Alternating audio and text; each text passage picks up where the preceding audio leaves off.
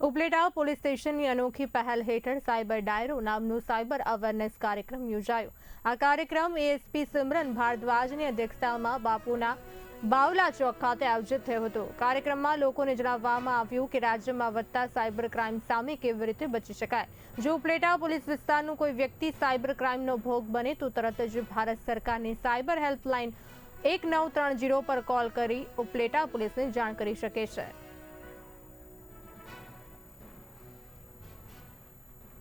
IGP साहेब Rajkot range અને police અધિક્ષક શ્રી સાહેબ રાજકોટ ગ્રામ્યના નિર્દેશ મુજબ આજરોજ ઉપલેટા પોલીસ સ્ટેશન દ્વારા એક સાયબર ડાયરોના આયોજન કરવામાં આવ્યા, જેમાં ઉપલેટાના લોકોને ભાગ લીધો। આ સાયબર ડાયરામાં ગુજરાતમાં વધતા સાયબર ક્રાઇમ અને એના અટકાવવા માટે શું શું કરી શકીએ આ લોકો દ્વારા ડિસ્કસ કરવામાં આવ્યું છે, જેમાં ઉપલેટા પોલીસ સ્ટેશનની સાયબર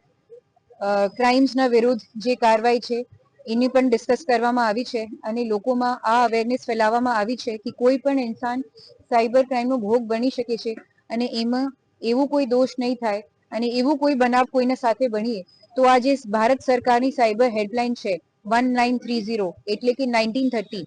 એમાં તરત જ કોલ કરી શકીએ છીએ અને તરત જ આ ઉપલેટા પોલીસ સ્ટેશનને જાણ કરી શકીએ છીએ અને એના જે સાયબર ફ્રોડના લોકો ભોગ બને છે એ પોલીસના જાણ કરવાથી એને